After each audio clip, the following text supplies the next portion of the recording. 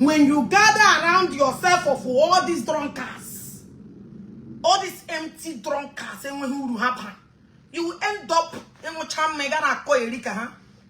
Because you only let on amota. You learn from. Let me tell you, when you learn from a Uber driver, you end up. Oh, I want to become an Uber driver. When you are around somebody who attend education, when masters, yeah, when PhD, yeah, you would like to push your. Even if you don't reach there, collect masters they're on. You are monk. And I call you. I will move back, doing well. Do well. Come on, go there, go do well. Knock. Because especially when you are around family and when who know educational background, Naha is not a graduate, Naha graduate, Umunia is not a graduate, they only end up abasa here, or to end their up on Uber, because they end up on a shower. That is what they will live to become. And I call you. Can you call him here? Ijele South Africa. South Africa, you don't travel. Come on, Shinga voice. Don't you ever, brother, your low mentality be here because I don't know my guys, please share the program because I'm going to let us Udele. Udele. Even I go know this saga ge kam na agba. With this saga ge with him na. I like your type of saga. Cause so jabu. What I oge na agba na agba saga motion. People that are not even confident about themselves. And then out to their own skin, out to their own shadow. Drunkards, down. People in this life that cannot even have anything to do with until the day Akbane. Come on, kabu. Come on, kabu. Or your passenger on the streets. Share the video because ma make okay, make pu here remember. Udele. Udele, please, oh. You guys we are clamoring for reducing the bail condition. You guys we are saying reduce bail condition. Now bail condition say una want make we reduce. Now the bail condition has finally come down. The bail condition are ritual. Udele gini jenketon. The latest news now ni kubru yesterday. How? So who resuscitated you? Who Agbalamu? I don't they tell this legal team, the Zion. Don't fall for this game. You know what the latest news? Udele kubru yesterday they resuscitated him. How?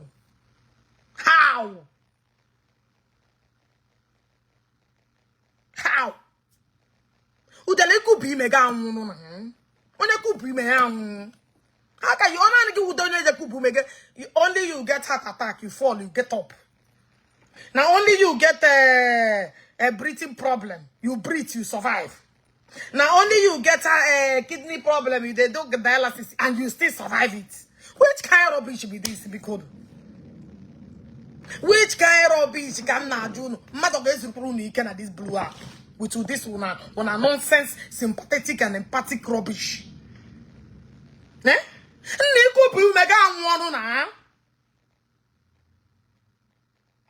are you Jesus that resurrected again? While you don't believe in Jesus? No, which kind of wahala we go to hear every day? Who resuscitated? Onya when you resuscitated, yeah? Can you hear a word of resuscitating? Yeah, no longer need and then I want we believe Hanona. Which kind of nonsense be this? Eh? Who got to read Kenu? Eh? One go down, more to go. And this is what? Which kind of nonsense be this? Every day, I know one story. Tomorrow, I know another story. Can't operate you. Udele kubi. Mechari sustain. Onye da CPR OGB. Tamata onye license of CPR na that place. Eh? We know the story. Mother gano for na this. Udele na nege kanuga. For example, I'm not here to support Ndi Igbo, but at least I'm giving this as an instance. So I'm giving it as an instance. I remember Bashi was in the Kanu we got all some of the medical issues. Una Shimba, Una Gapia. He's still alive. Is he not still alive?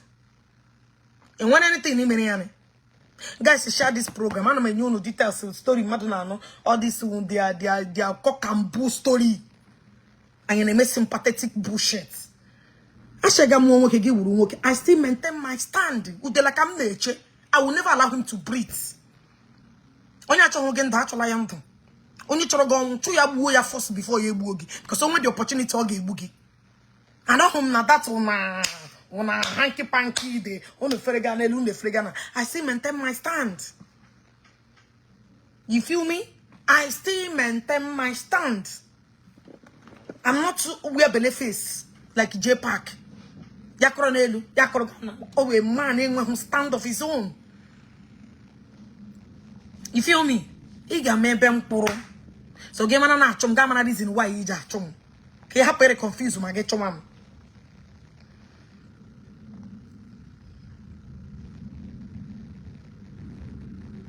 And they come. And they come because I'm going to you want to go? I'm not going. I don't want to hear that kind of excuse again, no. Udele could be once and for all. Could be once and for all. What's it concern us? After all, email I hear to an extent. After Bano leke to rake ebu. Mbano leke to rake ebu na libo. You guys forget so soon. No? That's why history keep repeating. You don't know what a dictionary. Oh, no, when you hear you just remind the history. Oh, no, can you what is happening? Why about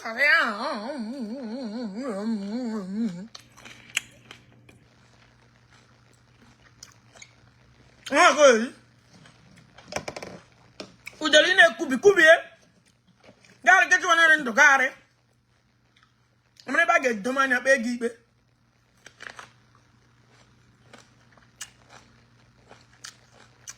no, remember. Oh, Igbo. Onye Igbo gbuola mmanụ ole. Onye Igbo gbuola mmanụ ole. Whoever live by the sword will die by the sword. Ogbu mma gala na mma. Ogba ebe gala na egbe. Simple as ABCD. Cheap lot onyem. The only sister for life. Onyem.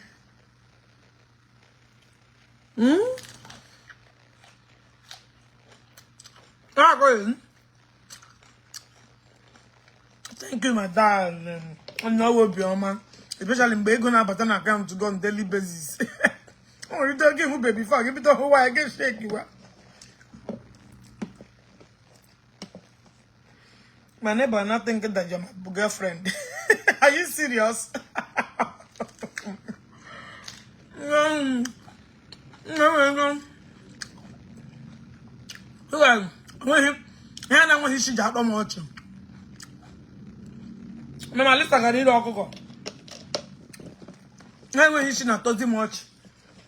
Because some not be away. I change the password. Ugaga abandon my account again. I know Zen and Kia. I need to divide the account from. I think I didn't divide. Come go, you man. I'm going. Get my out of the problem. This year today. You know, work for them.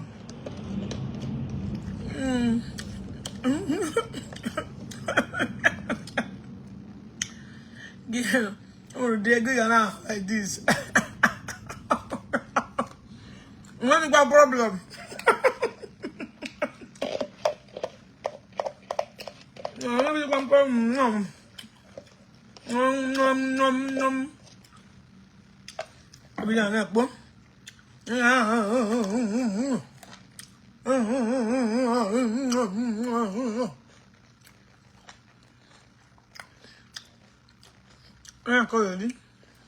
I like this. Oh, no, the rock. When the London will be a rock got there, cha.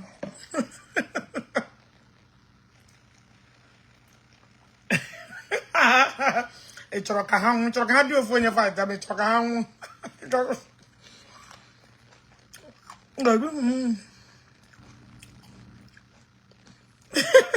tata na so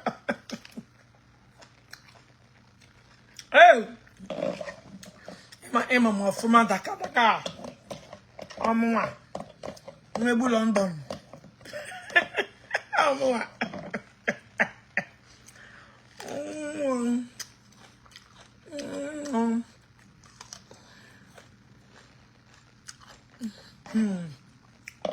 Udele nkwa o makwana God half ndu ere all this drama where did they put up? We don't give a fuck. No care about no care. Onyemo. Oh.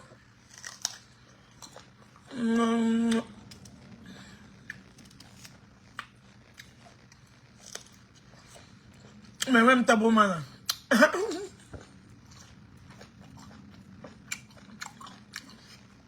Imagine Ndara did not teach themselves of table man. Table man. After going to university, table man, I could get to it's a push like I got do what I got do one. Again, did not teach you table man. Now come take a table man. It just organize my table. Oh, soon I Mago nya torom jakushi di tabo mana. Mago nya torom jakushi lagi tabo mana. Kam chukage. Emu ahuyana kan negi. Emu ahuyana bi garaba apna. Emu ahuyana akan deni gumoke. You did not learn shit. Illegami look up to me emu anya awumin nega awumin nage. Primary school bro, they did not teach you how to have tabo mana. Why must you learn from me? Wonyara. I'm not gonna get you. This person is my role model. Now this blew up. Look at Numele. I got him and some people say Angela deceived me. Oh, I'm at the wrong time. You always call me at the wrong time.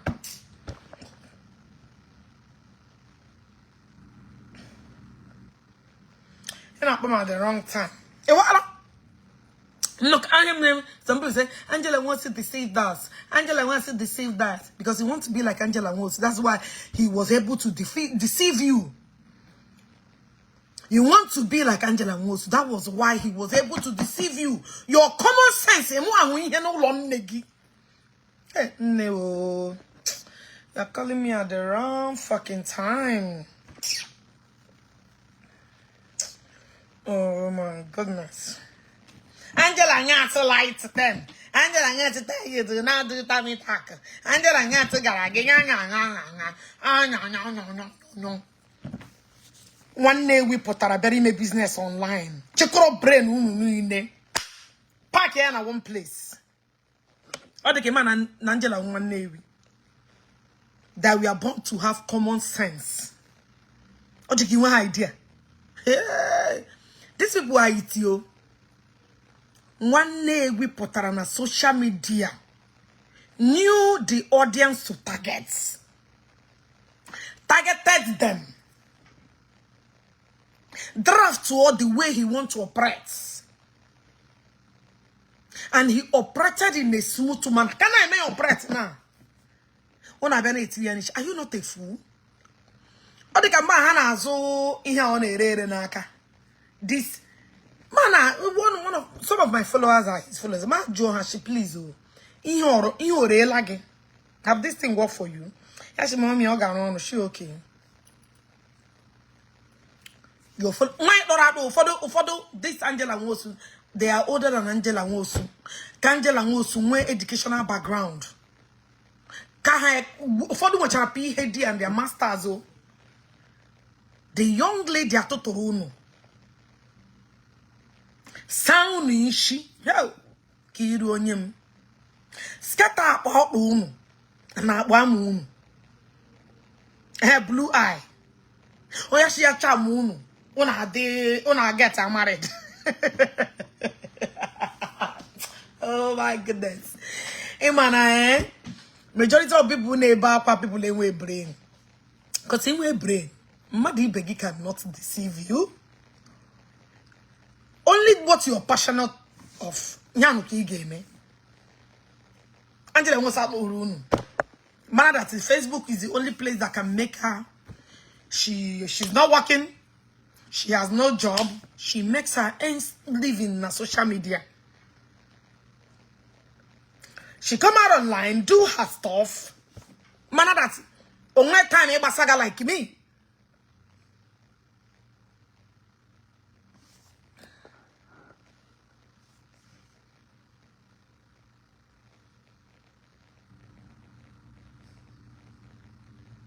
You want to go? Omenala, because Omenala about saga, people are damage career in social media. But okay, I know they gain nothing from one. You don't wanna watch or wanna know what. Go come say within the state, continue they go. And when a mission differently on blew up, on a mission differently. Only all I want is no jibia. So the young lady man, obia who you know it may change works. Oge rin sort block on dog a block gashike. You got to go? Matter that ya me engage with this confrontation. Say she go lose a lot of clients. Go they click for them.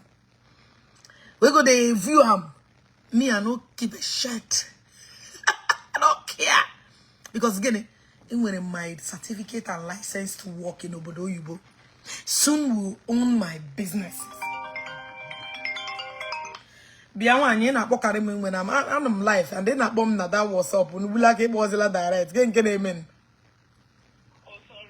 No, so bad. I found my organ. I wouldn't dare to discuss something anyway. But on Bem no life, I will let you know. Bem pro life. Bem pro life. Alright.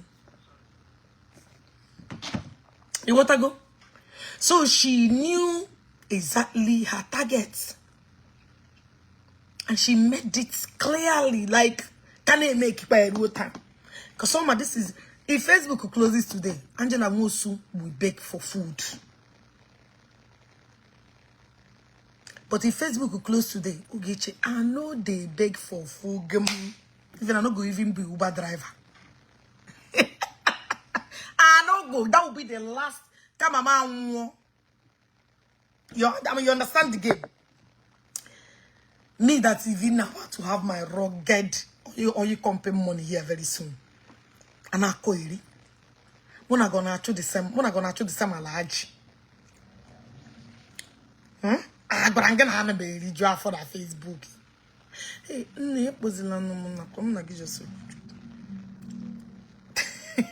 Jagapan of Facebook. Fearless. Oh, now you to jam my hair, be wow. The one why you're there to my who they to. Oh, no to jam my hair, bewe. Bewe, no, don't have a bear.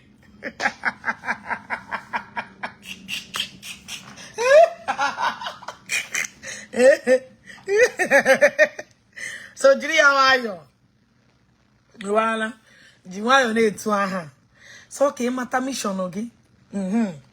Anything that they do for Facebook is different from what you they do. Me and you know they for the same circle. You want to go?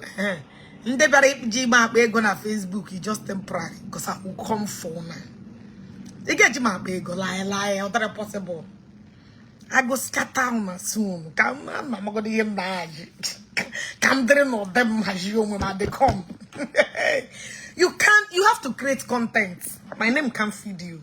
A woman Angela also that don't like violence. I like violence. I like violence.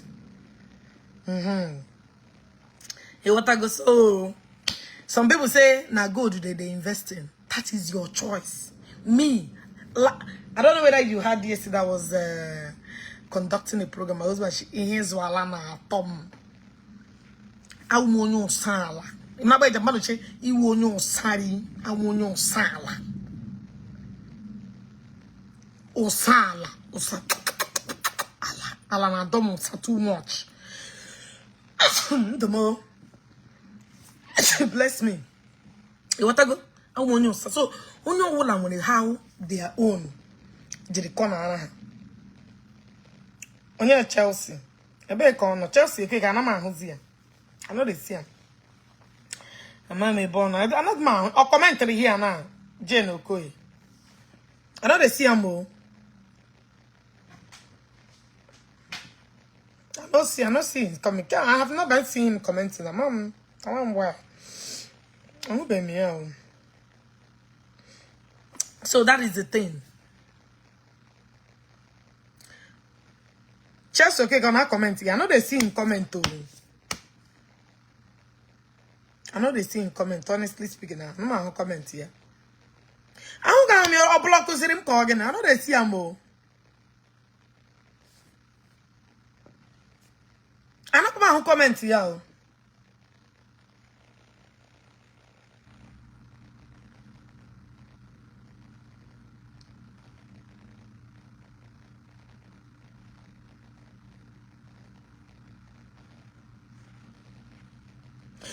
Who comments here? Actually, more now comment. I don't know to see him. Honestly speaking, as him now, she's here. And I'm here. Abba, I dey see you. Okay, Uba come over and again now. Queen na walk. Hey, now they see you now. Queen Okalisa what? Hey, Nyemo favor. What's the update? I'm be share no the program. Yeah, I wanna me ana. Na I wanna me. I go me ana. Na Chelsea Jishiko. When I talk about driving, no be you na even particular people who. So when I make program, it no be everybody. Even some particular entities. You see all these people that work so hard, that don't make noise, that do their thing, peacefully do their thing. Know they fake life. They know what thing they do. I respect all of them. We are here to hustle. But no, when you are nobody, they won't be somebody. And that one they scatter about them. Because I am a give very well. I'm at the same way common sense and organization. None of organization way around. And I'm Janamana no Canada no they pay all. US no they pay for all. What thing you work? What the God use you by force? Pin with supernatural pandeo. Pin recognize me for once. Hey, Franco. Why not? They recognize you now. Why they talk like this? With the quarrel. We know the quarrel, and they recognize you. We know the quarrel. Why wouldn't I recognize you now? Franco, you're welcome. Now, so let me go back to Udele. When this movie thing you are playing in that place, you should stop it. You should stop it. That game in a play inside that thing. No, yesterday. Okay. Imagine me now. Udele kubri. Do you know, Udele, if you like, cease your breathing for 20 minutes. We don't care. Udele could be good, man. Shingo because what else? What no say why you? Madam Okubi elume. What no say? One you, Madam Okubi elume. I ain't go kubi ume. What no say? One you, PJ. Onya say yes. Onya kupri me ga wo yo say. Ose man ge bragatia gas. Ye kubi me by force ke ga mont. Onya na crop show you know gi shas katagogi. Say what do you mean? Onya kupri me ga wo yo say. Mara mo katendo. E wo ya ho ba from for the she me for the she na ma mara mo kubi la direct. Mo ne ba sarani. Warrior don't see me. I'm a Mokubi la cock dentro. Hot to pepper. Jamaican pepper. You hear Jamaican pepper, bo? Oh, what get you follow Teji? Kaho, get you follow to that one. You follow which one is they called out? That one, Anna Fufu. Jamaican pepper. Give me see with the hot water. It's a million. Woya. Mama, what kind movie with that? Which page? Ogechi Okeke Njaka. That is where you see me. Me happen. Stop on that nonsense play. They play for that guy. What's the rubbish?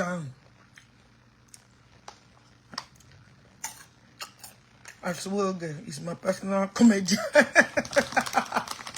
I'm not me. I got you.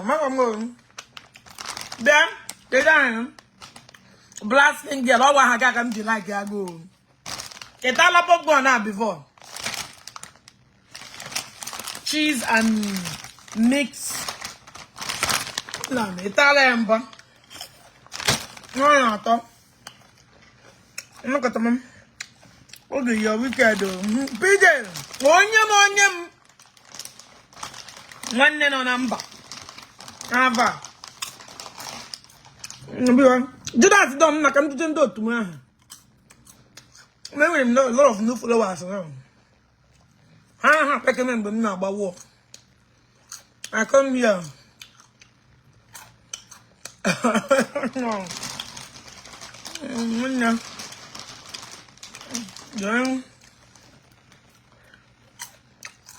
Good evening. Welcome. The one who's the cultural beach, I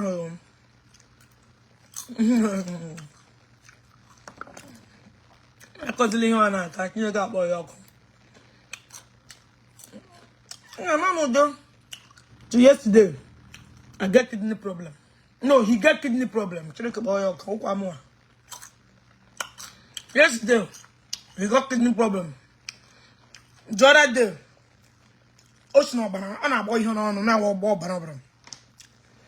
how many drama have you put up since Ibananga?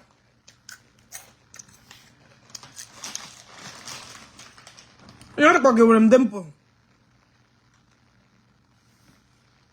No, here.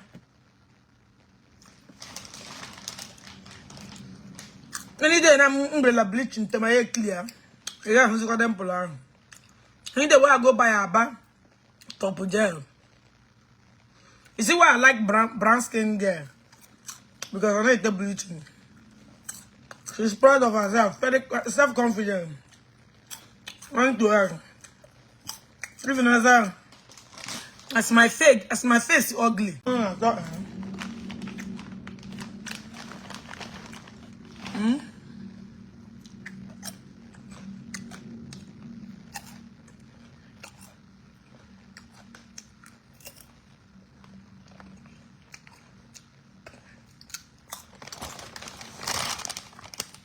My sister won't come here all alone.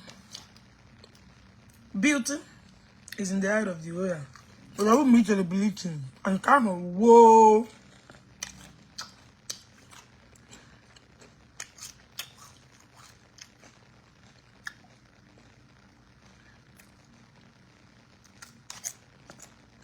Why not let me to that when mama and carry?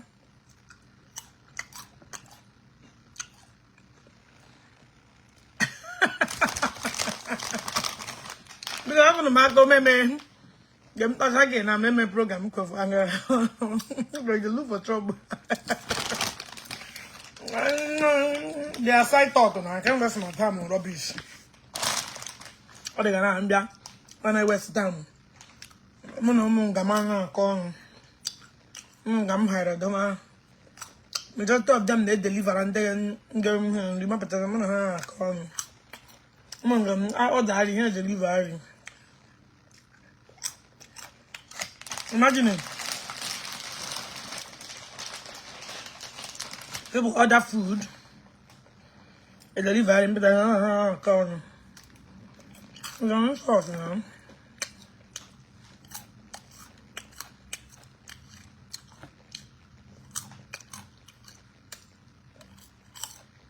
Come on, get out. Most of them, come on, who's for me? Udele will come back. Yeah. Udele put on herself. You hear the question name. Udele put on her. Come on, better that's how I go. Wait to die your comment. No even then. I said, I will come back very soon. I will pay. Shall pay all amounts. You will see 1 week I give him. Even a magic bed she put to the thing to get all joy. So I'm a best I work now. You can't hear you well. I'm not on this one.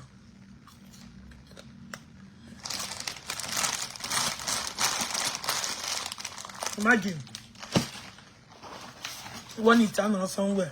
Ogechi have messed up my table manner. So I bought nigga. Until like school. In my mind, what would you learn from me? Wonyara. Ogechi have messed up my table manner. Look at that party. Your mother gave back to you. But while I was on primary school, I was on secondary university. When him one, I welcome. Only more. Somebody's on there, I know where program. Gabel learn them from me. Okay, when messing up your table manner, or when messing up Alola D, messing up Shagaba Mashawo. Have you seen me up even from 2019? No, this blog. You will be like, I won't get to where I'm here. 24/7, I'm on social media. And I'm on a dark in case you have but I got either my history about my life, you should even get there better than use your generation.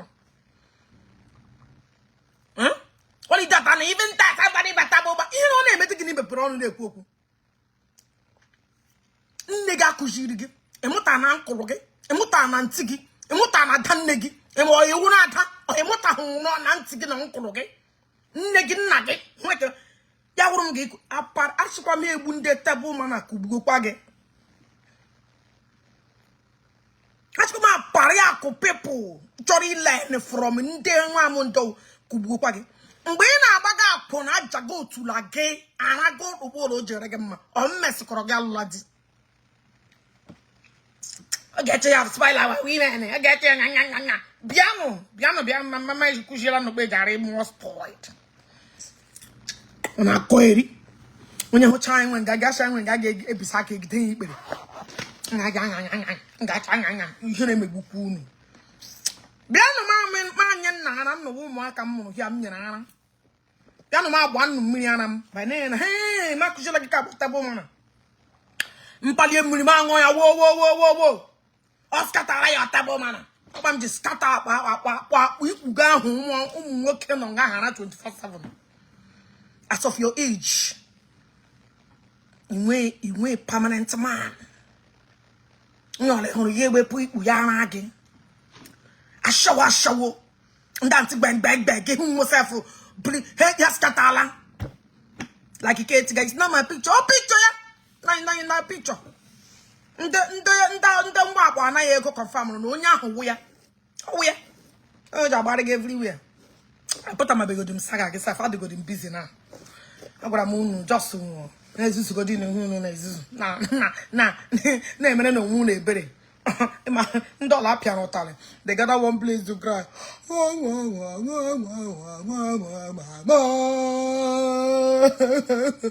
na go auto na go soprano oh ya na go but you go look no go to oh you auto bring oh no I say okay but soprano oh,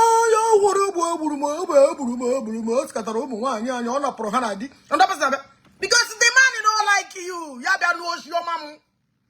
I don't know getting doctor on a digamante. Makatabona. Yet, can rescue.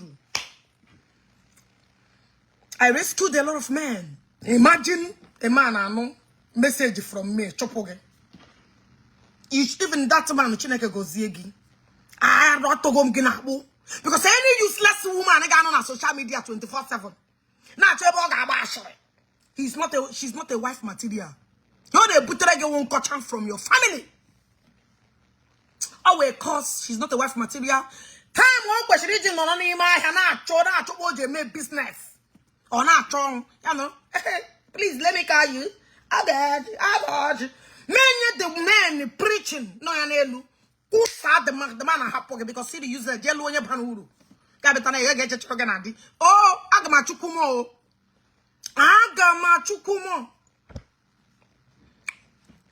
Aga ma chukwu mo. Webe do you know? Kelenu Chineke na shamadi mudi nu. Straight up. Aga be put here na achida man. My brother, he made a mistake. Biama we go original women. Hapo ụmụ akwụna ndị emuru nwụbara.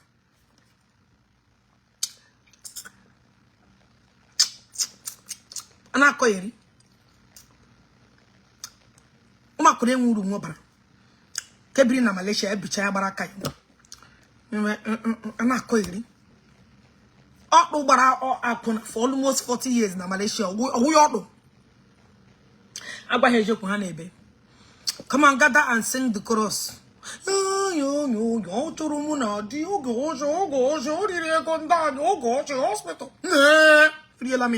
I don't chop am. Go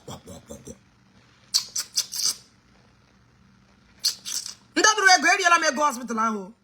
No, back. Oh, because here. In Kiru, I think 200,000 if I'm not mistaken. Judas senior him 200,000. Michael Obinion him 100,000. I think 100,000. Malisa Mammy 100,000. Chacha Baminion. Okay, you never need 200,000. I really love the money. Can I pay back? And I'm a little by interest.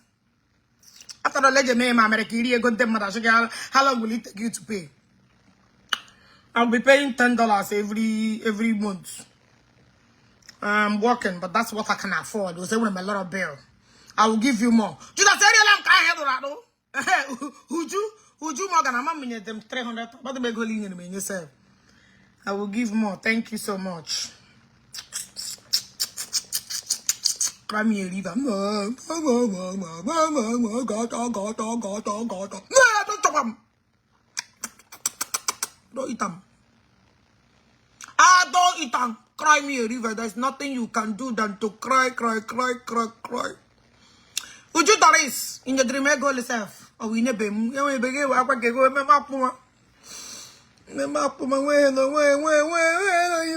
go they are brasking, you know, give me sheshes. I owe you no fucking explanation.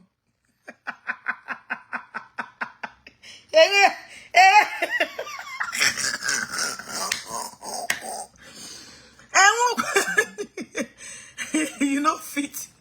You don't feed them pit. Like you feed them pit. I know how you shake them. They go get here. Come and tell me to pay you.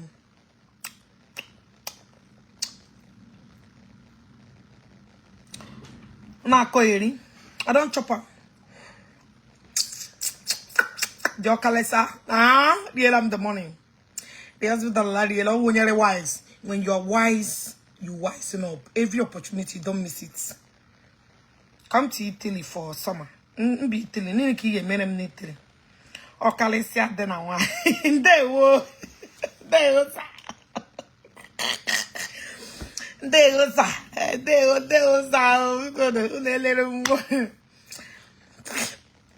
Hey, Lamia, there's nothing you can't do. Shekem. I go paint you. The worst thing I go, they ask them their address. They don't want to release. They're America. And I've given myself as a sacrificial lamb. Hey, thank you so much. Oh, thank you. So, Udele, for the last time. See, this is your game where you they play. Tomorrow you go get heart attack. One nature you go faint. This yesterday you say you collapse. You don't know. Say you cease breathe. What it concern us with your breathing season?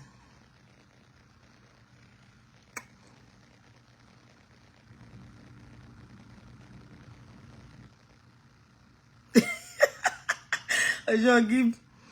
Please do you with your husband though. Let what it concern. When I can on a D. And when I can on a D, I got back behind until the day they get by me. Or got put on happen on. Lie. All of them, they know they husband house. And when I can on a D, that's why they are crying because I'm an the poor joke. If what I said is no, it's not, why are you crying? They are all are pronounced. A shovel from A to Z. the what's in the Mupaga Maboga Punake womb. Gap on Mukare, my mamma, Quoggy, and now Lord York.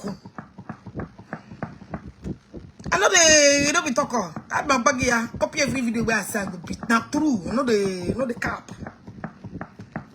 If you are Zion Tata, you fly for sure. I don't know why. Because if they forget to mention Zion, we remind them, please mention Zion. Mention Zion outreach. Make una dey expose this woman. Expose. In case they forget, they have forgotten our call. They have forgotten what got that. Tell them to be mentioning them. The newest word of Zion outreach. Remind them all. Somebody don't forget the mention. It's very, very important. Cool, because Oge is coming to scab all of them. Love them.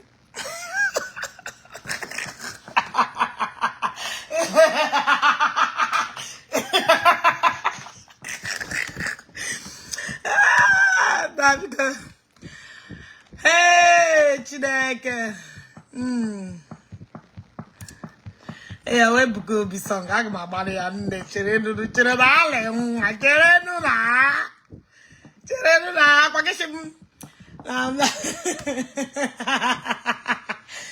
My content is I don't know why I did not carry that one. Culture another one. I need to give them more content. Oh, I'm busy. Hey, Chineke. And Nigeria and here no parado. What? Anebe. Aneti anebe.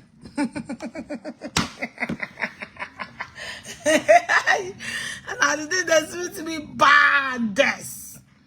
So like I told you, all this your game, you know go work. Your game no go work. In one guy manage in one eliegi at the ime kezabaga eliegi diaga war government property. There's nothing wrong with that. Umuga potari eganye haka. Hashkona hagario fine. Nothing is wrong with that. So every day could be like a dendo. And I'm like this joke. The joke has been coming and lamming. Every day could be every day could be every day could be. Stop this your unkubio. Unkubi na he kubi. You need to stop it. Enough of your rubbish inkubia. Okay? Stop it. Ina nga and the bali apotra bito wo anye ba yakoshere. Need to come out. I don't know why you are still there. Reduce what they call it bed condition. George reduce the bed condition. Chena George Bumugo. Chena nde defend the guy ebiko bi umugo. Ga na street kwakurako. A guy with a forge house, only 5 billion house. And I jogi in a with only 5 billion house. You how fake na. Now de la hungaga, I ma ko bere munu de maintain. Share this program. So na ko yakona bananti very well.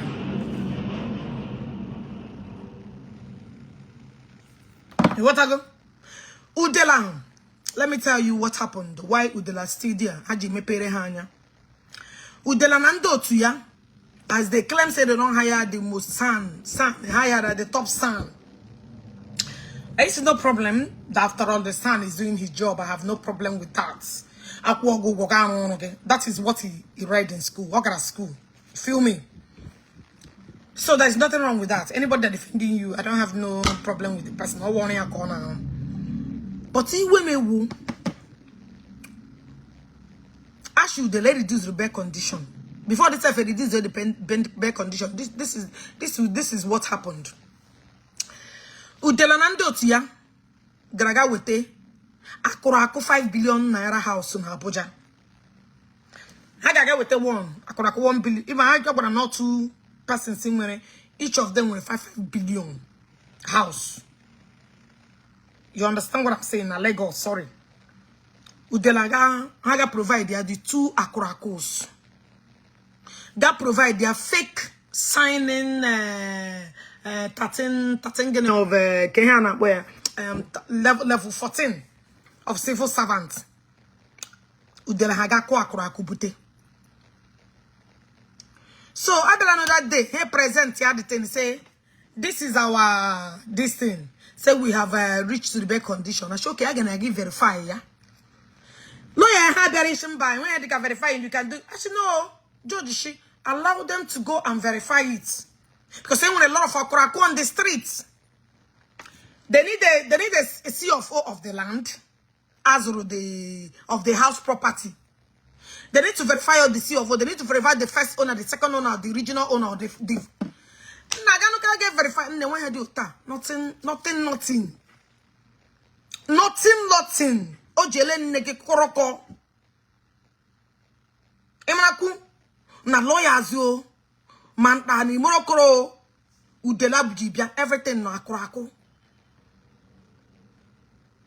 Share this program ko wana no ke we shi okima. Asha ba shinketi ya na eshi until e poshi ya aja. Egama ni ishi ya. So, now so they carry this akurako enter. As a wise person, with those the bad condition and verify. But I'm here to share this game or game of maga. Hey, we carry and come. Allow us to verify it. Now, why are you verifying it? You can verify it. We can actually cool down. Because I go to the most of what go to Hashile Pana Ako. And I run quiet on the street. Hashim, oh, my God, what's the horror? Say, I know, say, I no go tell you my job, but I just want to chip it in. Gunu Bria no be. You want to go? They say no problem. One day, because I'm in a bad condition, I'm up some people. She get one into you. I'm not a house upon the streets. Hashim happy go the ogen, I'm up go the okpu. Now go hand on ala budima. Now hand every corners. Oh, yeah, many people just show Ogechi. Ogechi na report na mo na Facebook on support ebuka obi. Ogechi na kunka. Ogechi na agba ana eji bid. Let me tell you. All on na mo with a different position. My position where bam no man. Nna mi nwere manda oshi manda manda gboro mande gonna defend ya. Oh he daddy mu nwere. Ayi zuru onu. Enweghị gbara enweghị tụrụ anyu mpo. Onye ọla nwere side ọ dị okay. Ejilam na compare onye na church na ebu Bible na agụ like nda na agụ evangelist ebuka obi Bible. Ana m agụ Bible. My line where bam no man. Nga mpochirile. That is my line. I just wanted to understand. Maybe brain again a corner one. You know, say you know the reason one corner of the thing. When I know the reason deep. My duty would to defend my daddy in this social media. My duty will drop on am ku. My daddy may not like it, but all my duty. You know what? 7 disciples. Judas in Ghana watching Jesus. Peter Sapo Madonte. You know Judas and the same category of work. So only kuna na what on with a line of duty ke ya. E fisherman. When they ebu Bible. So only on ke ya. So nna with a lot of duties. Like this modern thing I on email. The model I on social media era. My journey now. Daddy remain top. He hated daddy, he hated lamge. God love you, I don't love you. You know, no talk. Some people say, tell it, according to Ndenako Eri, and I'm who no nako. Ebukobi, tell Ogechi, not to be mentioning Ebukobi. My joke, how wait to. Let's assume daddy, Biana, listen to una concern. Say, Ogechi, you need to mention my name. Wait, that time, Anna do because be bongo to bongo. Are you the one that brought the idea now? Everywhere not recount. Where were you when we were doing conference calls? Where were you when we were running the shit, screaming on my voice, every time here? Where were you? You were among those who say with Ebuko Bikebu. Now that you see that Akurielu Wapamu Kuriuna Ordo, Una Biazia, the same group and done that and do and down. I bet you now to give daddy advice. When they say, dang, is irony of life. She had your crazy baby. Now, daddy will then listen to you. Nobody will then now listen to you because Ogechi quote now. Damn, it's crazy, baby. Damn, Ogechi is not a Zion member. Damn, she's not supposed to be talking about Egbukobi. She's not a Zion member. Damn, does Ogechi belong in Zion branch na Chicago? Damn, it's crazy, baby. Does Ogechi have any qualification of a church? Ogechi like Egbukobi. One person better in my comment section. I pity for those who think Ogechi like Egbukobi. Then I begin the wonder, say, how do you prove your love? Can somebody ask me, how do you prove that you love someone? Is it not by stalking your head? Is it not by carrying somebody's wahala? Secret game open. Is it not how you love someone? Okay. You that is commenting, we went to your page. Yeah, Attire so shinama with your mentor. Omenala. Yeah, Attire so shinama buru. Had the audacity. You have never shared a Bukobi program for once. You that love a Bukobi more than me, oh. My Ghana, your platform. All you are sharing is Matthias. That device, oh, child. Damn, you sexy, baby. I just went to his platform and I said, look at the person that is saying, Ogechi no love Bukobi, or just Uji name views. Lie. A bit about them, Meme Bukobi program. Bukobi must continue to reign. The only thing I can give a Bukobi is to use my platform. If you like, run away. I don't send you. Your mission and my mission coming to this blue app is a different ball game. You see that, man? Oga come on, Oga deka mini water in the use now every day. You don't understand? The man I love for halfway. I see. You should know me by name.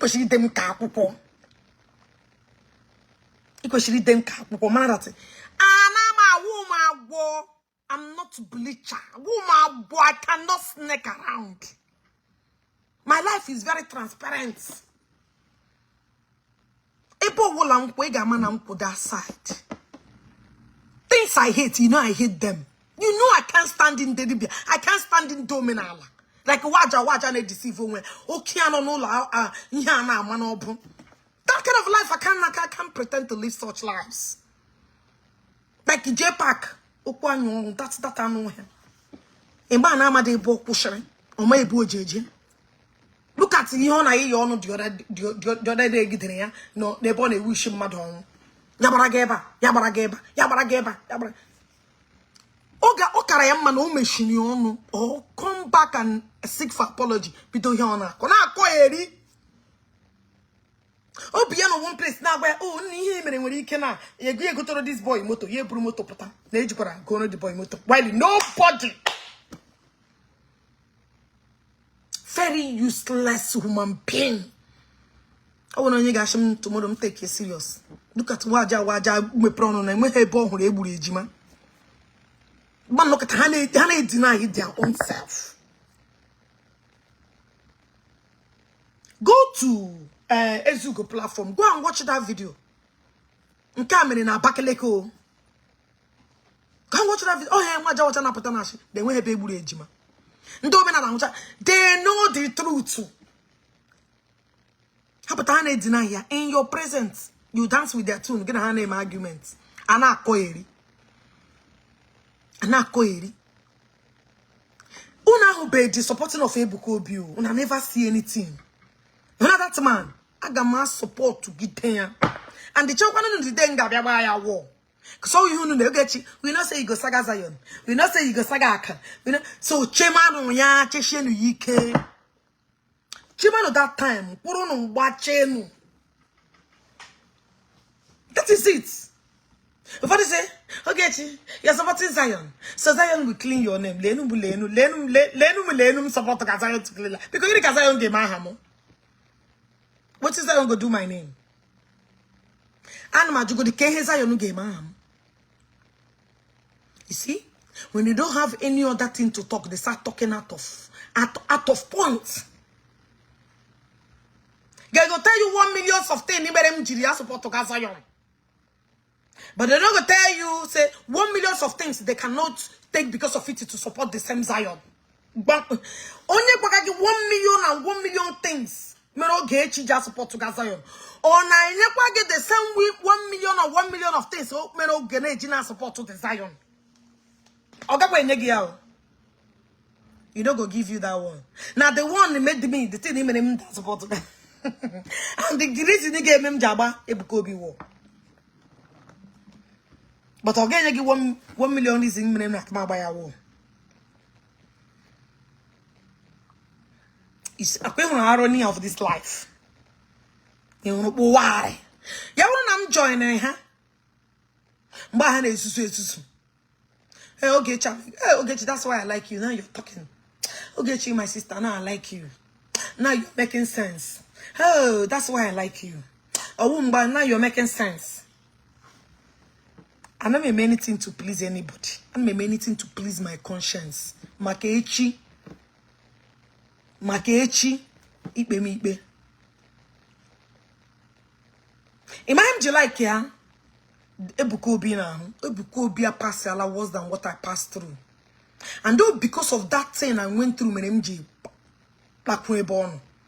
because I know the kind of lies and allegations that man, the same thing happened to me. So, Odemma kam na agbakuni ime. You know Ebukobi ga biga true naga biela me aka naga bigaya. So, onye ona huziri shim no the other side nde na megite mmadu. Na msorozi ya na ebegite onye nwe home ne. You are the wrong place. See what Ebukobi is passing through. Onye ka achu yeba, onye ka akpo onye osho, onye ka akpo onye am, onye ka akpo ya gay. Onye ka akpo ya no jig mad egbu, onye ka Ogechi, I pass through the same thing. Even I pass ya me ya. So I go join them.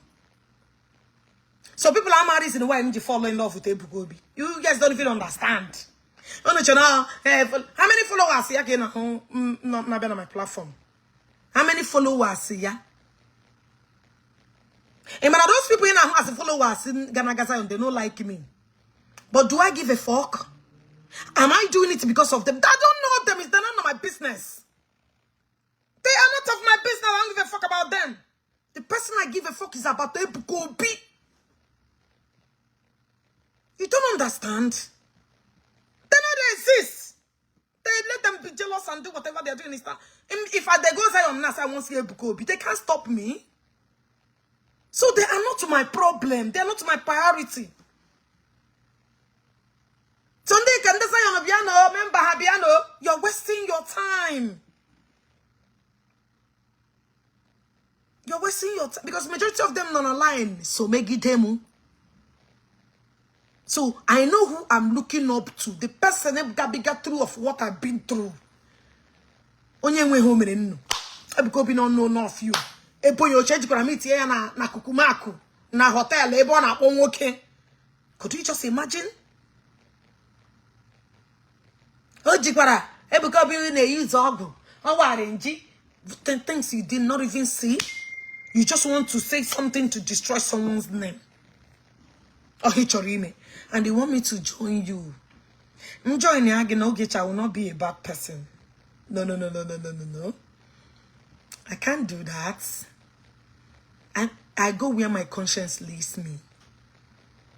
That ex-convict and ex-convict, governor Unyoshin, Kamkuru business yana, Akurim business yana, Nangopala. Kuriya ya dent ya yashi, you can't chop. Ejipa destroy ya na. One of the one side. Now plan evil oge buo. Now she, I get you when I come back to Nigeria. Anytime you see me, I want him. Stay away from Wagwata. You want to destroy someone and climb? I called you. Oh no, the same kind of a person that you can be joining. Magata, my brother, I will not allow you, a man who has been in business for years. And many people now want to stay away from me. I got to know with me or stay away from do I care? But him is what I'm here. And they thank God for the kind of person like Wangwata. Onega share. You which I should go against the water when you get a go get chimerigi. Because you cannot dictate someone who now someone in the the same thing that they tell daddy. The same thing that they tell Ako. But if I end there, go ponte fa kopu gonte. Look at somebody say, look at the people they come from America, come from London, they no go see daddy. They are now Nigeria, daddy. Do you think they will be happy? They will not be happy, especially Ogechi. They cannot be. They can never be happy. Somebody, both governors, senators, on your land, you know, get time. Do you think they will be happy? Oh, for where? Iwonyara. And everybody are happy. So they can never be happy. So you will see a lot of Anyika Koro. But I like a number women. I will make pechiri. At a pralam. One neko fonte. Eka chari recharge engage. When he give me money. It's already been by Chicago. I show him Ganom New York. I show him Ganom Atlanta. I show him Ganom California. Anom Chicago. Choromubia. Give woman no quaka. Ma ola gi police. Me wo gi ola police. At least we have to settle this one way or another. Ana koiri. Encourage. Anya. Ogechi. Be careful. I could be careful. Ogechi Gabagewa. One day, I check out man. He was a program online.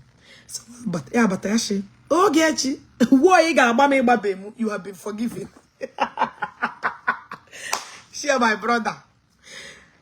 The account check I decided the lamb the maga bazigia. You see, how do you think my enemy will be happy? Mbara not ticket that land Nigeria. My daddy home. Oh yeah, everybody. My billionaires, my trillionaires, Eche Luna, they know they see daddy. My brother no ticket as a special request. Okay, but daddy, okay, chore. Do you think they will be happy?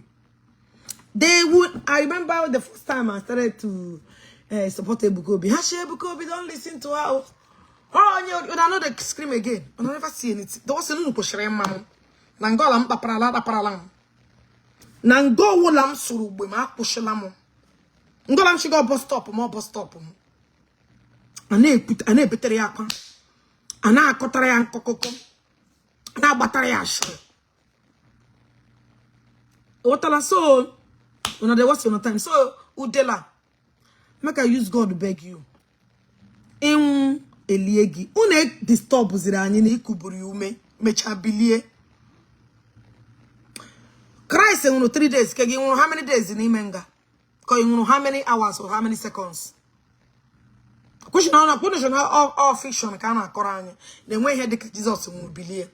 The cage mama chineke na ariogi. Stay away from this your fainting and then it could be this game on gonna play. Ndo to get with the D10. Kaije poputagi. I don't know why all these people that were supporting you are no longer interested to carry your puta. I don't know. I don't know why every time I beg you one excuse, you need two excuse. We don't want to hear it again. Eka who those boys said Uraka na Easter babu you're not better than them. Those boys said Uraka babu na phone. You know better past them. So I don't know why your own should be a bed of roses. I don't know why your own should be something we should be sympathizing over. Actually, whoever. Oh, somebody. Oh, Senator Joe.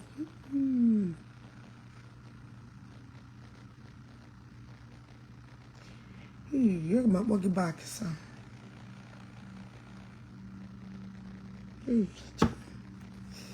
Can me pick a call go? My call will call when you. Hey. I call you.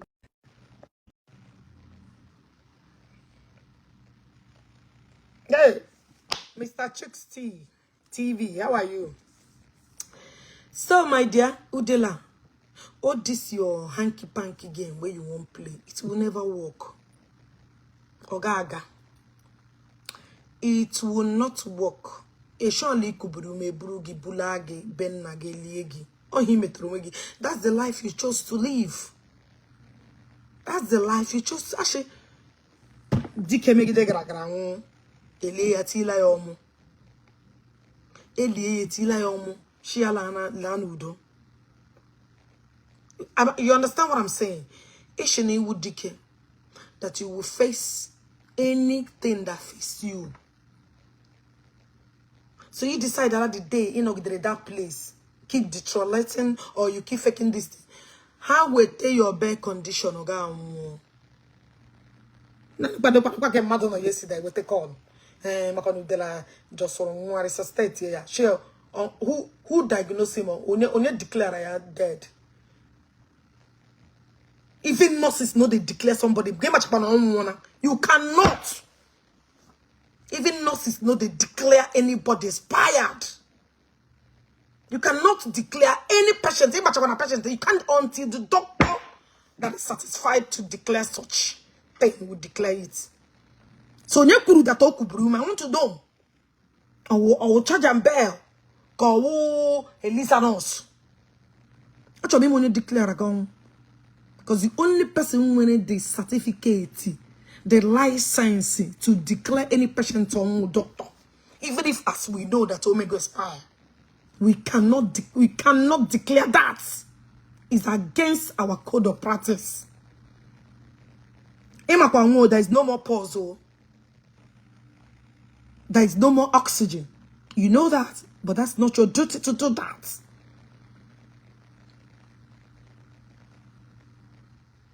So nobody go to come here, go to tell us otherwise.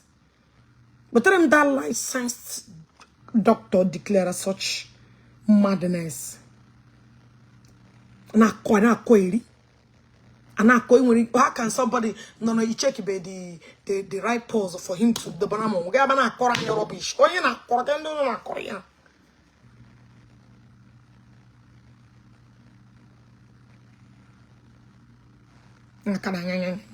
Onye dabu agona agoya because ndo otu yare mari mo agala ya ma she nwere ago eji apanya aju ago apanya aju vi nke go Nigeria na ago paganya aju opala gi anya ago paranya aju no ba ashe Udele gi na ndo otu go zuzuru unu jezuru n'iko jezu di ike it declare confirm that they want to league. Not going to disturb us with this story. Like Ojanga be chisha. Na muranyo. Shena ogi de yensu. Shena muranya. But omri o sebi se mini o do se won ya. Ai mama ogeli abon ga o kanu ndia. Ke wo na giburia. Giburia Ojang. Obey the plan. I mean that do some yesterday again. Now no made something in Jemoja, or him in Elia home be a video. No made something, name will be on. Because I know that my husband I got duty this morning. I cannot be less ya. When I bound Pagri, I cannot no less go. Up go duty ya. Hey, me supposed to be a good wife. Why am I a bad wife? Let me call my hobby. Come do Moriela.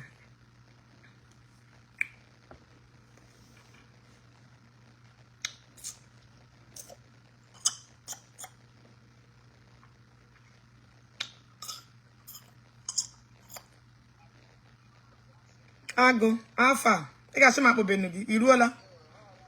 No, you will on the gamma more be jago. I'll be jago. You got I think we just have no blind for woman. Ijabafa. I know now. Ijabafa. Be a young man. Young man, Ijabafa.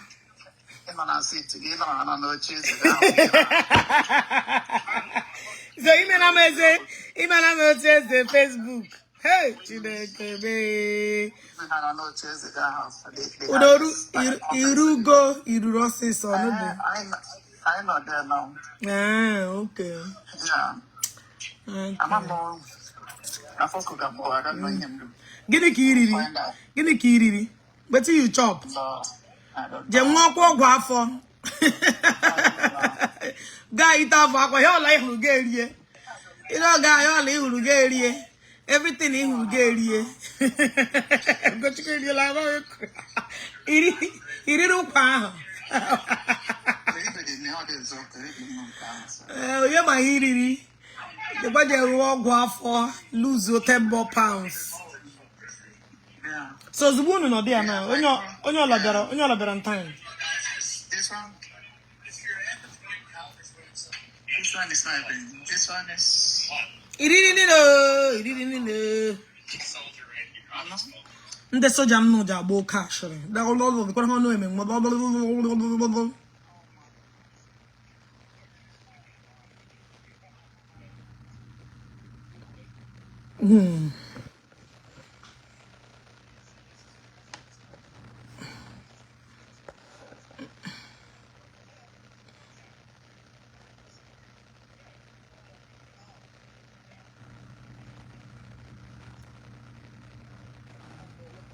Okay, Ngbano, just some shimele me ruler.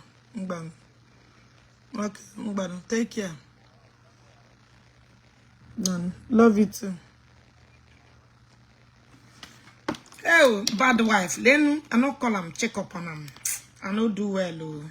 I shouldn't know check. Do me more chase the Facebook. Oh. Hey, I the bad bad. You get chase. So now listen. Like I was saying, Udele, Beme and go. He beginning. My husband went to his own duty. Agbarange.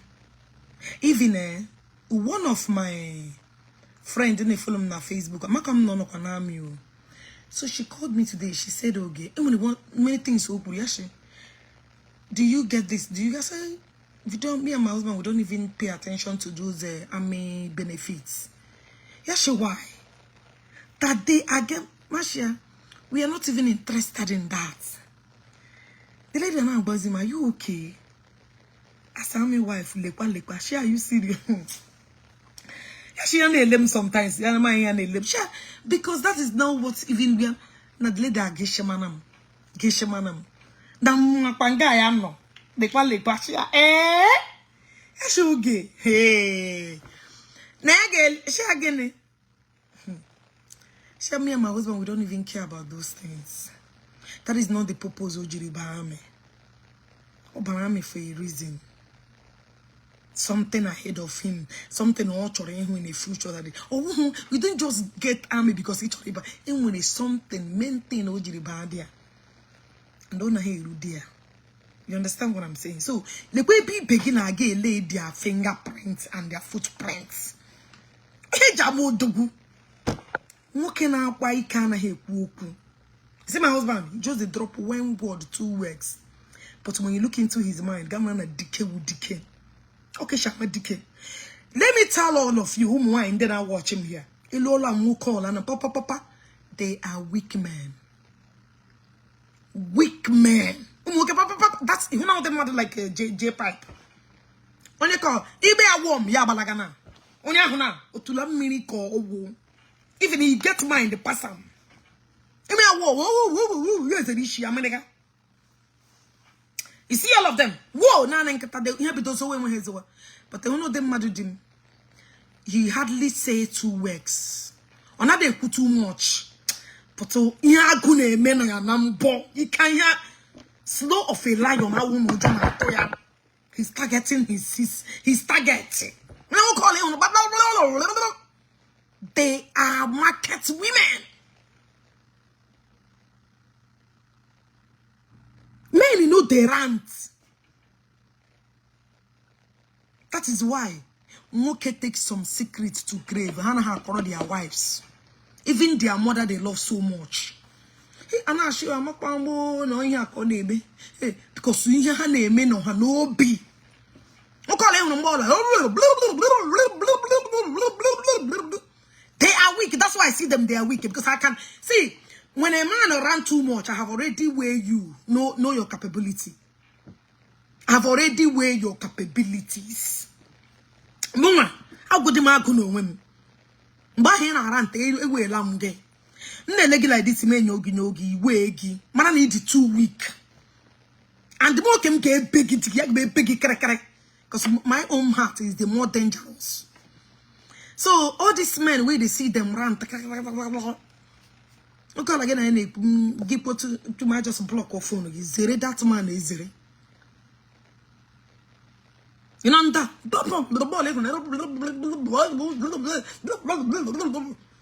now drunkards hang channel my brain had damage. You can wait him on a brain. One woman I show on somewhere now by here again. You can't see men. That is why God created them the way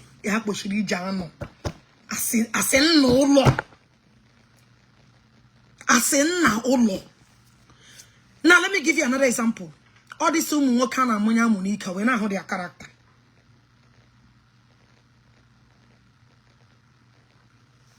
All these women working and amanya monica when I hold their character. They are no longer full of men. Ina kozi luhana kwala. Hey, darling. Me, he won't get me. That is the nature of Mukona name. They are no longer dating now as a man. I'm not do I'm do be her. Because I wake Hannah lost your law.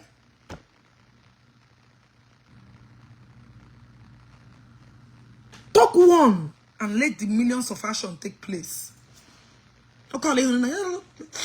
Like all this jobless, useless men in a diary on Facebook. Because they are not worthy my time. Challenge your fellow man. Challenge him. What keep again like a warm boy a warm. But I'm gonna take a money pay. I won't keep beginning to try to take a balaga. How's the one? When you was your target. Can't you see?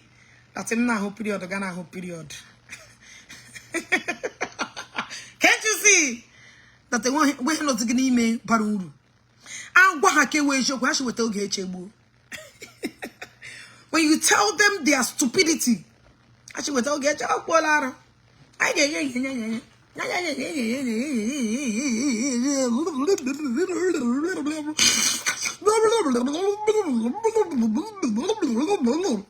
and then make a background noise. Na koeri. Ndawu unknown gunmen. Hina hu hano kwoku. They send direct bullets. Ndo gun unknown gunmen. Hana nega announce na hana bia. That is how men operate. They don't talk much.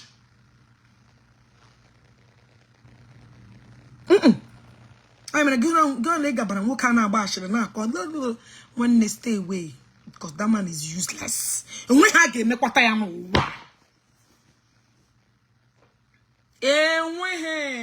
It's called and give later and we be home pass it. Follow him on Facebook. Now you get go. Hana chat no more. My heart to money guys wanna home. Today get people out jaw. Today get people out jaw. And I should get no you men one gig as of food. The one you deal like Ojiramoro. Give me enjoy and because they're jobless. How many kids can the big man in arm? How many kids can because they are busy hustling for wealth. And when any big man who you ask I know you're more 4, more 5, more 6. Or the more 3. Not a big man, sometimes they're more 2. 2 billion. You train them to become reasonable. If you got train that one to be even thousands of our Burunda him will get end up on the streets. And that is why they are useless. Iga what to work muga more 7 more 8. I should know I'm a muchinek and Attire and Asiana. I'm a muchinek and Asiana. Emochaga mona in the bokri. Emochaga mona in kidnappers. Emochaga mona in the ndabur on the street. Mona in aga mona Uber drivers. Because you can't train them, you are useless. Emochaga mona in get end there up down on the street. Hana Susuari. Oh my God, yeah, man, my mama told me that, man, my brothers, my sister, the one you made. I'm not going. Give no to Okala Gemma. Look at Obama. Obama is the only child of the parents, but Oka thousands and millions of people. And they Susuari. Government can never train your children in a better school because they are taking care of millions of you. So little by little, and that they will bring useless men and men believe through that on how we chemo and 24/7. We can no Ishi whatsoever to Ogechi Hanishi. The only thing happens that I will be hot on and I'm insanity, now stupidity. And we can with time in on imagination. Oh, kai would the men thing, okay, Shazom. In on imagine about oh, the good thing is that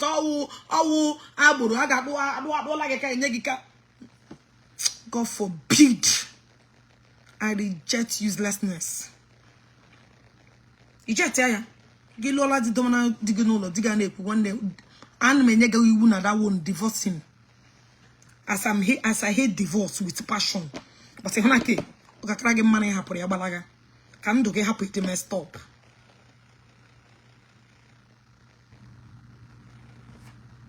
what I go that is the thing brain until you understand.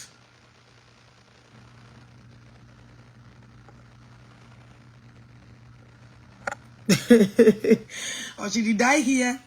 What onye? A man who lost to get victory na CEO. A woman that have not even given birth at the muamu.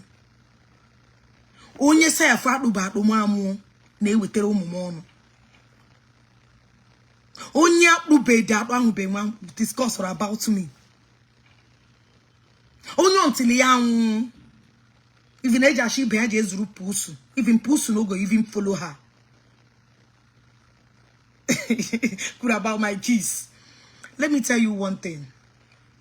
And one in this country, how many mistake who my first fruits and don't any haga until ham.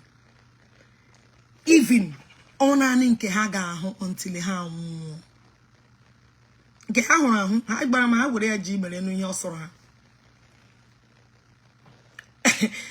Look at how useless some women are. I got that word until how. Look at how hopeless they are.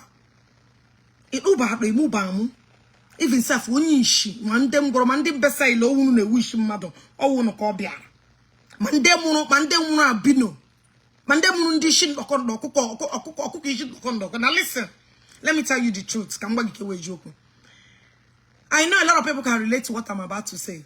For those of you who want disabled children, God forbid, I got me anything. My lineage, when anything, I got my but my heart goes to Ndola. But listen, for those of you feeling that the Kurgana, that Ogechi, the reason why injury may go, America is that na mpagi na mmagi ha decided more imbecile. Na game into. If imbecile unu ego the way unu je everybody want imbecile children at this world can inwe ego in America. For those of you that unu no under these disabled kids, because ego like na enyu na every month. Achom ko unu zamu. Jebe unu aba o. Ihe ego government na enyu unu. How much does government give each of those children? Can somebody answer me? Because I know you guys, majority of you guys based in America that follows me. How much?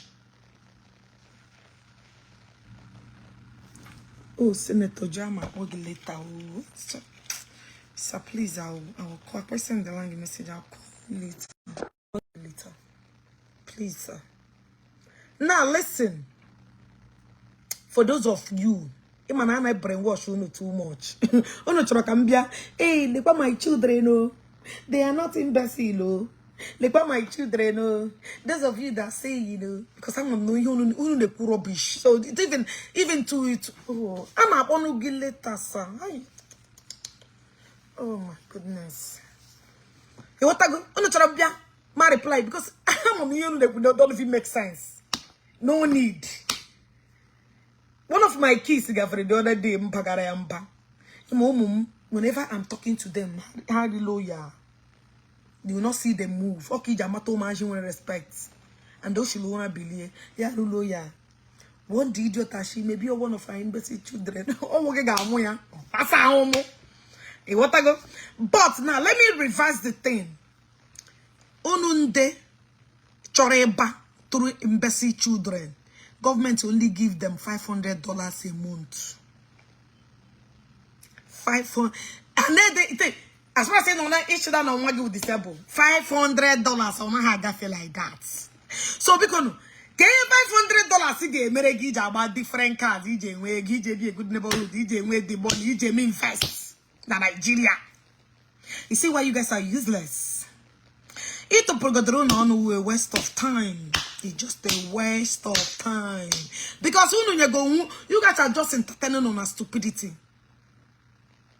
A woman in America 24/7 on online. You're gonna page, yeah. You're gonna page, yeah. You're gonna because you should be more concerned how to mourn and more. Even now, the imbecile, we chichineke and get imbecile, okay, more. Because some chitegi gabara. Madness, ya beg Ishi. You're battling with a lot of things. That is why every page printed your name. You are in every page, constituting nuisance. Your condition is worse than a crippled man and a crippled woman. But it's hard that you're not recognizing it. Girl, onye Chineke goziri, where manu go like me, woman aho. E went to po. I went to each and every disabled any of my children will be disabled. I'm getting time on the man on Facebook. God join them when disabled children, how the thing consume their time. Even who they wear brain. Who they wear brain. Uno la Udele, you Udele ma potaroja kono. Jikono. I'm going to tide. Une briani. Anyway, and when room to go to start explaining bullshit. God join them when disabled kids and hand with time. I got to know when I bought Udele. Look, like on but all one when I God forbid. Even one, my old mother cannot even take care of her or him because they are handful. And then we can get shit down all on and make a noise that it will not disturb them. My mother is of age. My mother cannot even babysit. Umaji without ndeke toputena mega assist. What I go? So I wonder where on a poor mental well in one time you guys are useless. You want to imashi on your like a maga just so hana make up stories they will cook up rubbish. Unuchano when the capacity of me carry my kids to show na. Come on, shut up. But she no no sister paria kubunu. So sunuma no kroma na pare. Kwacha mo na shina nwere 4 or 5. Leka mo. No, now go they give us the number. A woman, and the majority of them are they won't pack mumu. Majority of them are new bed they are on all platforms. Depression instead of them to concentrate. With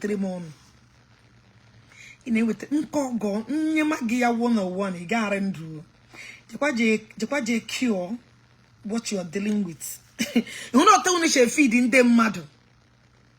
Or only she feeding them band of fake information. Feed you when her name will be angry. But in man with a problem, you stay away from you on Abasaromage. Because they are spirits.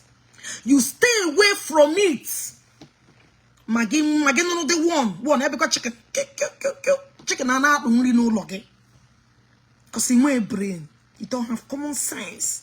Oh, we Tiri, that idiot on Canada. Oh, it's your condition. She wants to prove to everybody after all the set and done. And I'm going to prove anything to all of you. Lie. Because I'm on the you not go fake.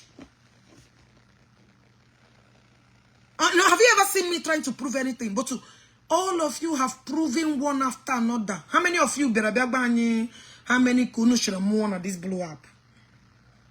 Or to tell you guys that everything I'm saying is nothing but the truth is gotten all of you. Government she don't buy mansion.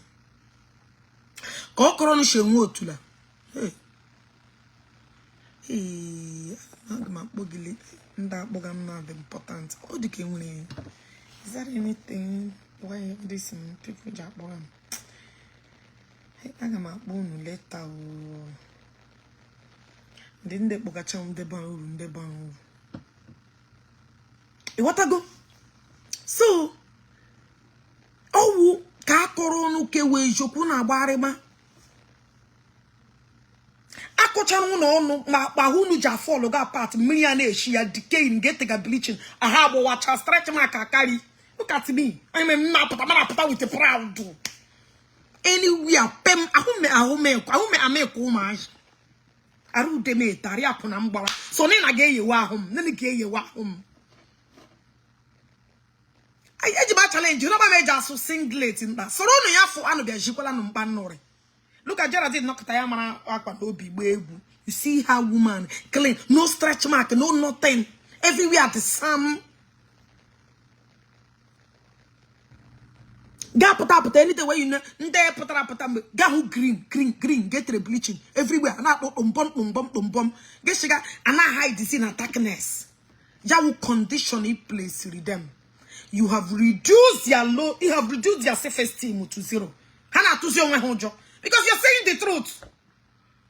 And they got that picture happened. But look at that is when you know that there is a problem.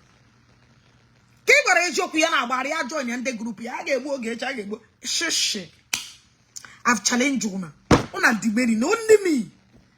Gather on as women. Make una gather, make we shovel am. Kai shovel ya. Kono mata na enwo onyi shibakara. Now just little sense where they use operates. They Geraldine, they don't say, oh, when the eye bag. Oh no, who no na ha dapoka Michael Jackson. Look at you now. Of parts, some of parts who do not Tazira is no longer any longer natural man. Anakoya, akwepoke wejoku, lea homo, onwa no cream, no nothing. And when I popo, abrama kunanje te bleach. Abrama kunanje tu dem woke homo. Nene would the basic fundamental of our kuna. Is it not for you to rub bleaching? None mosquito not baga who get Libama and Michael Jackson. A who got tafu miniata on your beggar who get she. Perfume Nina no no wage just chatter little ones can wish not. Now, but ya hoge. Did you cover your smelling damaged skin? And I buy you the truth. Gila man and who different map of Congo. Ebe chablack, eba chablu. Gashini whoever cha green, eba cha black. A weary bacha. Ntutu. Come to the she. When I want to see you charming she. Ntutu a year bar because of gene. Bleaching a real love photo. Jakashia geriegi and a big yes. Come here. Who give a fuck? I'm gonna give a joke. I'm gonna look at where joke barrier. Leno come. When I pay with different mark. The same color. Ana koyeri. The whole man ya pum. Ahwa juo ya ahwa gumiri papa mko kwa shewe ameguo banwa bagi go back and retrieve your skin. Black is beautiful. Why do you think people go to town? Why do you think why people go for tanning to tan their skin? Ima kwi how the men on the enyanani bana baba ji because of actual me ba kuna damage the skin and area. That was why I fell in love with a very dark man the first time. Because this man was lamenting until yako eriwa.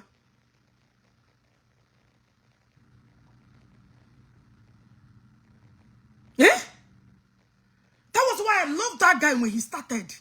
Before he began to eri na chosin dana ha choy. He were a man okuna manu akara na lifestyle. Even give out the word, no matter how dangerous. The way you guys laughing. And I go in and I watching. But that is the reality.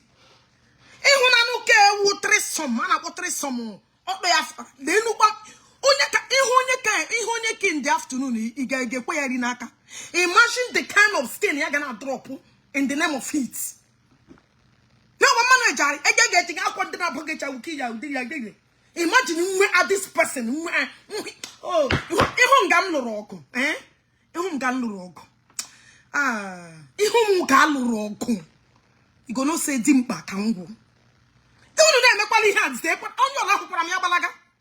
You're not going to the truth. Ihun for your life because if you're not still who you I'm making sure that you're gonna tapu yoko.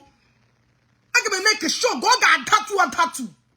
Because I'm gonna make sure that I'm gonna prove that your skin is decaying. Jaka kohanya.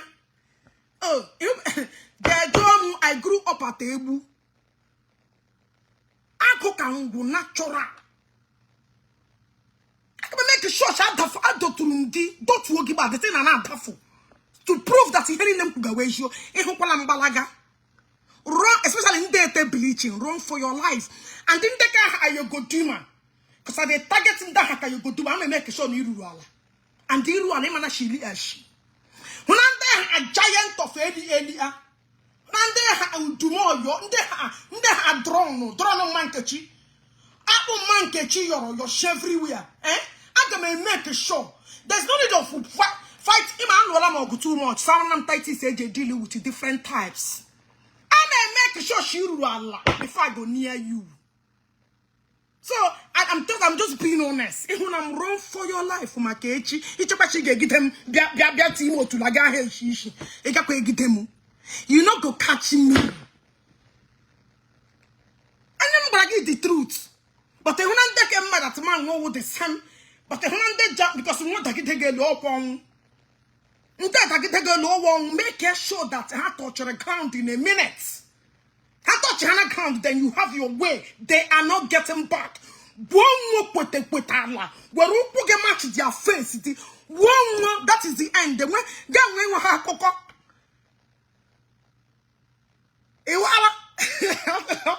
But that's the truth. Of every human structure body. Maki buki. Don't allow them to take you on a ways. Man take I'm going to go. Ndako if not to ki baka. O to kampataka me. Apa hembu kwagi we joku. Okwe chikisa nyanya. That is the truth though. Because they cannot get up. Agaba helia. Na battery mari la lunch. I'm a plug. What I give the truth? Open no, that's it. That's it. I'm not packing. And chop each and destroy them. Hey, that's your man. You are too smart when you fight because you use your tighties. Don't allow them to use you. Open the game. I know they stand in front of you. Because some patoku will start up or one because imagine patoku kukachono plus their fat and fattest seed. Chogonyamu gapibu. No pishiegi dear that ige kume. So to avoid entering that dirty circle, that unwashed and unkept area, zeren toge, because always journey of no return.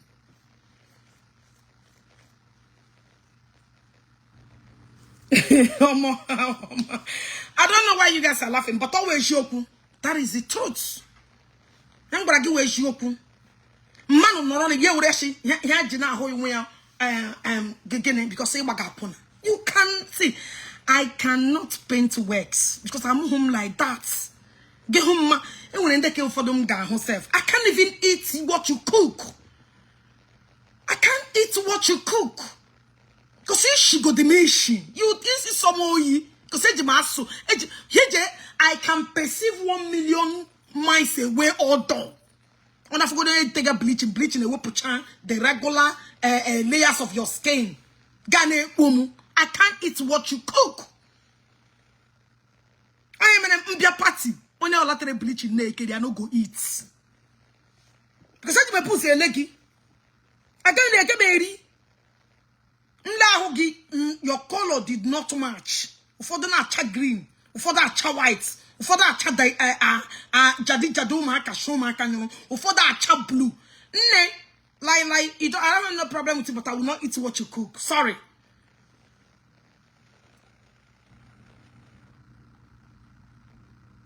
You what I go? So you can understand. And in the nature, the worst womb look at the bleaching. If a man is there all bleaching, that one diverts me. Leggy like this, me leggy as Yarusha and Powan on Anya make it by that chama pure black. They stink. These people just shish. This and the cage of Mara won't take a buy one, buy two, creamer. Buy one, buy. That one is just bleaching, no. Don't take it to heart. Find a way to come back to your normal color. I'm not baggy way shock because it matter him when you start aging. When this body is no longer why do you think people are hiding under the dark? Why do you think people's self-esteem reduced to 0? Sale. Oh, okay, Mamuneti once in a while. Okay, give me. Onyem. Which is toning? Don't be the toning is different. I can tone my skin, but the way him does rubbish me. My first associate degree in this country will do cosmetology. Each one, okay, you know what's gonna happen? I will start using this method. You will notice it now. I'm change those things in all US time, man. Natural things. Ije will put that back to your agama ganga bleach correct moment. Never.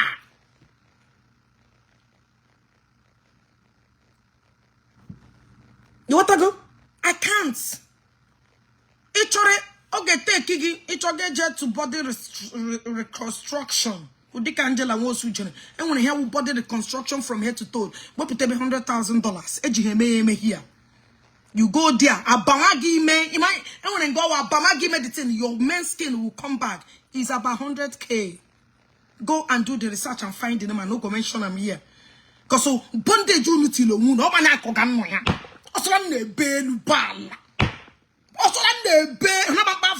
Not everywhere. Some gamma reclaim. And when who nothing come. Okay, Pragi, I will get woo baba awake. A woo for the nacha blue, for that cha black. MP laps green, black, blue. Ya we have batarana tuna. Imagine. Then we satellite. I bet Ijele bleaching. How you gonna feel? How you gonna feel? Especially in that part stretch mark. Like if I just correct you match everywhere, stretch mark everywhere. You need ne pata pam. Everywhere is a mess. Everyone should be proud of their skin type and color. That is it. Why would you change from a black skin? I'm a black skin girl. Do you know why I fall in love with that name? Black skin girl. Oh, you know, just go and listen to Beyonce. I'm like kata no they roll bleaching cream. And what kata and when kata change their skin color. Lie.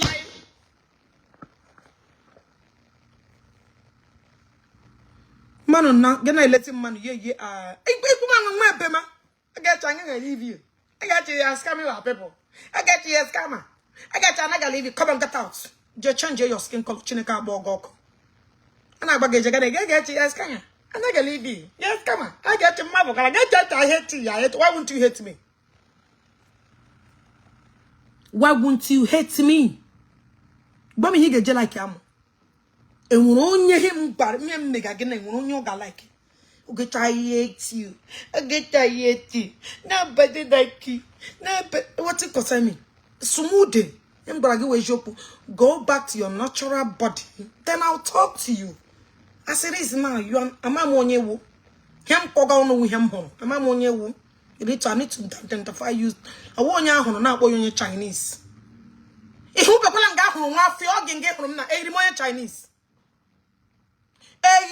Chinese. Who's there? My color now, woman, Chinese. Chinese. Am I a Chinese woman? Ma who's there? One feeble. Woman, I'm Chinese. Chinese. I can't no shambam. No shine up one. And I got one. Nanimu. One feeble, but I want in China. Ya Jakishieze. What does that signify? Michael Jackson, she from a black man, she had to Onyocha, and I boy Onyocha.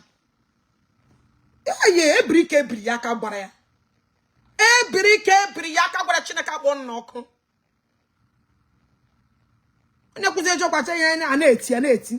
That is why nobody wants to say the truth anymore. When you say the truth, I'm just like a Simon Cowell. I'm just like the man is always threatening them. I'm just like a George Judy. Those are my mentors. Those are the kind of people I like to imitate. Listen to them because they are real, direct. No sugarcoating works. Those are the kind of people I watch.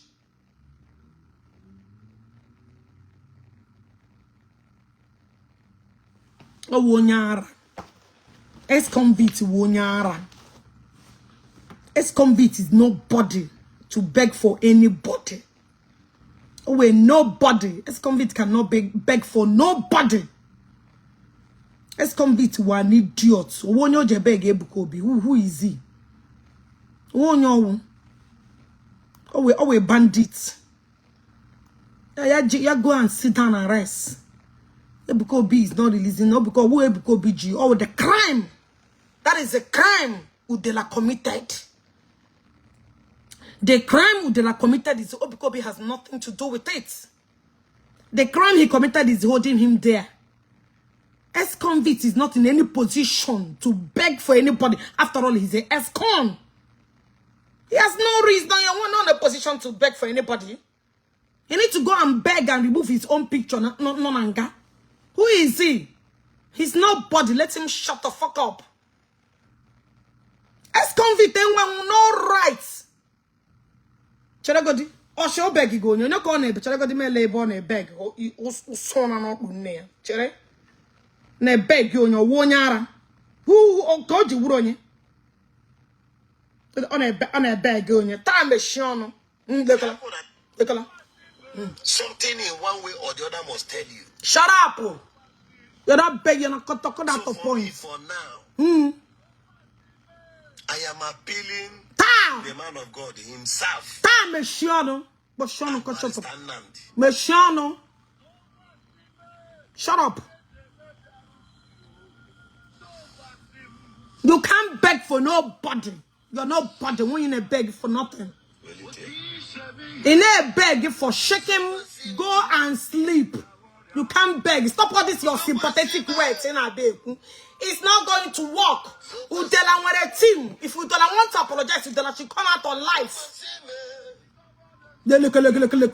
Come on, go and stop making yourself relevant. Guys, what chairman is that you already failed. Nobody listening to you. You have failed politician. You are begging. You are begging me, Ugi. Come on, go and sleep. Who cares? Who cares? Who cares? Social media.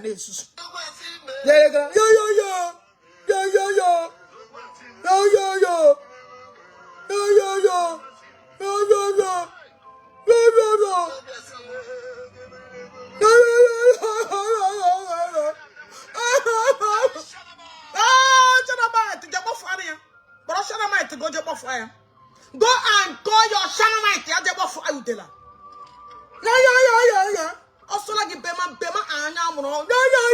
yeah. Thank you. Somebody commented your opinion is not necessary. Lepa the quitty.